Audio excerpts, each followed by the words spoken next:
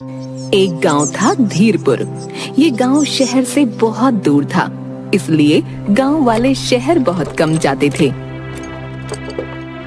गांव वाले अधिक पढ़े लिखे नहीं थे, वे बहुत भोले भाले और सीधे थे। आसानी से सब पर विश्वास कर लेते। इसी गांव में 5 साल में एक बार एक मेला लगता था। इस बार मेला बाजार से लगे मैदान में लगा। लोग बाजार और मेला साथ साथ घूम रहे थे। एक दुकान के बाहर खड़ा एक आदमी मांझी लाउड स्पीकर पर जोर जोर से बोल रहा था। सुनो सुनो सुनो सभी लोग सुनो सुनो सुनो, शहर का महंगा माल, ब्रांडेड माल, सस्ते में सुनो सुनो सुनो सुनो सुनो या। दूसरे आदमी दयावान ने एक सूटकेस में से बहुत सा सामान, परफ्यूम, साबुन, शैम्पू, पाउडर, तेल आदि निकालकर दुकान की मुख्य टेबल पर लगा दिया और मांझी फिर से चिल्लाने लगा। सुनो सुनो सुनो, शहर का महंगा माल, ब्रांडेड माल, सस्ते में छांटो भैया रस्ते में, सस्ते में।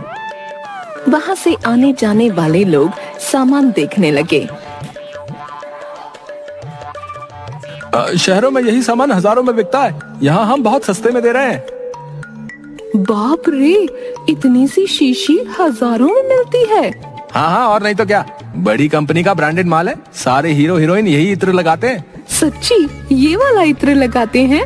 हाँ, बहुत अच्छी खुशबू आती है इसमें, गुलाब के फूलों जैसी, एकदम मजा आ जाता है। सच्ची, इसमें से तो बहुत अच्छी खुशबू आ रही है, बिल्कुल हीरोइन वाली। लाओ 500 रुपए और जल्दी से इसे ले जाओ, वरना कोई और ले जाएगा। 500 रुपए? शहर में यही शीशी 5000 में बिकती है, यहाँ तो बहुत सस्ते में दे रहे हैं। औरत उसे 500 रुपए देकर खुश होते हुए वो शीशी लेकर चली गई। एक आदमी शैम्पू उठाकर देखने लगता है। अरे देखना क्या भाई, ले जाओ, 4000 का माल है, तुम्हें 500 रुपए में मिल रहा है। देखना, इसको लगाने से बाल रेशम जैसे नरम और मुलायम हो जाएंगे। आदमी उसे 500 रुपए देकर वो शैम्पू ले जाता है। इसी तरह मांझी सबको सामान देता रहता है और दयावान रुपये गिनता है। कुछ ही देर में उनका सारा सामान बिक गया और दुकान खाली हो गई। अगले दिन दुकान के बाहर खड़ा होकर मांझी लाउड स्पीकर पर जोर जोर से बोलने लगा। सुनो सुनो सुनो, हजारों का माल सस्ते में, टीवी, फ्रिज हो या वॉशिंग मशीन या कंप्यूटर ले लो, सस्ते में। वहाँ से आने जाने वाले लोगों की भीड़ लग गई। भाई कहाँ है टेलीविजन, दिखाई क्यों नहीं दे रहा? अरे वो तो गोदाम में रखा है, यहाँ कैसे दिखेगा? भाई कितने का दे रहे हो? 25,000 का टीवी बस 2000 में मिलेगा। सच में? हाँ, सच में, 2000 की सेल है, कोई भी माल ले लो, टीवी, फ्रिज, वॉशिंग मशीन, हमारे पास कंप्यूटर भी है। मैं तो कंप्यूटर लूंगा भैया, सुना है ससुरा शहर में बहुत महंगा मिलता है। हाँ भाई, ये कंप्यूटर ससुरा बहुत महंगा है, पर हम सस्ते में देंगे। भाई क्या करना होगा? कल आकर अपना ऑर्डर बुक कर देना, और हाँ, ये छूट बस 2 दिन चलेगी। अगले दिन गांव के बहुत से लोग उस दुकान पर पहुंच गए। दुकान में दयावान एक कंप्यूटर लेकर और मांझी एक रजिस्टर लेकर बैठा था। भाई तुम्हारी दुकान में तो कोई सामान नहीं है, कहाँ है हजारों का सामान? हमारा एकदम सीधा काम है, हम पहले ग्राहकों से सामान का ऑर्डर लेते हैं, फिर गोदाम से मंगवाते हैं। हम कुछ समझे नहीं भैया। अरे तुम सब यहाँ आओ, मैं समझाता हूँ। सभी लोग मांझी को घेर कर खड़े हो गए।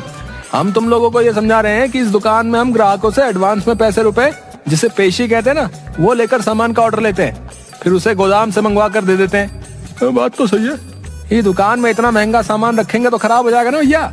तुमको भरोसा हो तो लो, वरना रहने दो भैया, कोई जबरदस्ती थोड़ी है। अरे भैया बुरा ना मानो, हमको पूरा भरोसा है भैया, पूरा भरोसा है।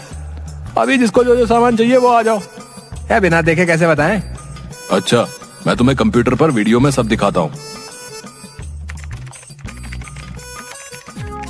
दयावान कंप्यूटर में चित्र दिखाता है और मांझी सबको समझाता है। ये देखो भाई लोग, ये वाला टीवी है। वाह भैया, कितना बढ़िया दिख रहा है, बढ़िया दिख रहा भैया।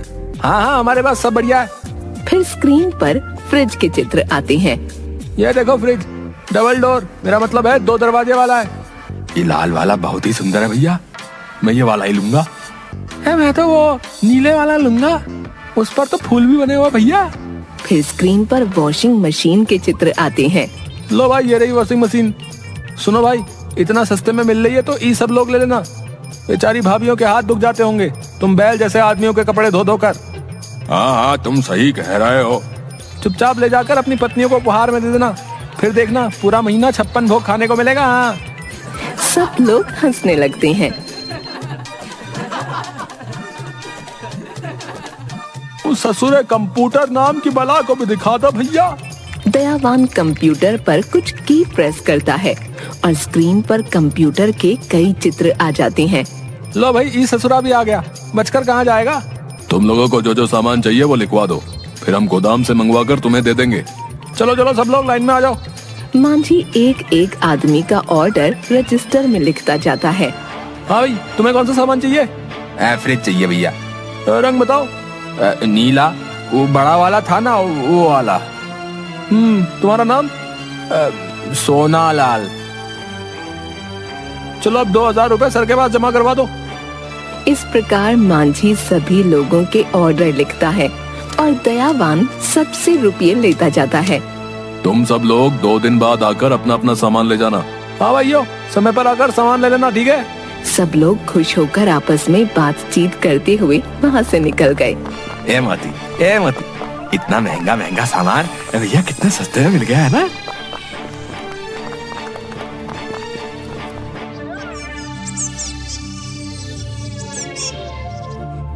दो दिन बाद गांव वाले दुकान में पहुँचे, वहाँ कोई सामान नहीं था। ओ भैया, तुमने हमें आज आकर सामान ले जाने के लिए कहा था, कहाँ है भैया। यहाँ तो कुछ भी नहीं दिख रहा। कहाँ है सामान भैया। वो सामान तो अब तक नहीं आया भैया। क्या अब तक नहीं आया। मैं मालिक को बोलता हूँ, वो अभी पता करके बताएंगे। मांझी दयावान के पास जाकर कुछ कहता है और वो हाँ में सिर हिलाकर फोन पर किसी से बात करते हुए कहता है।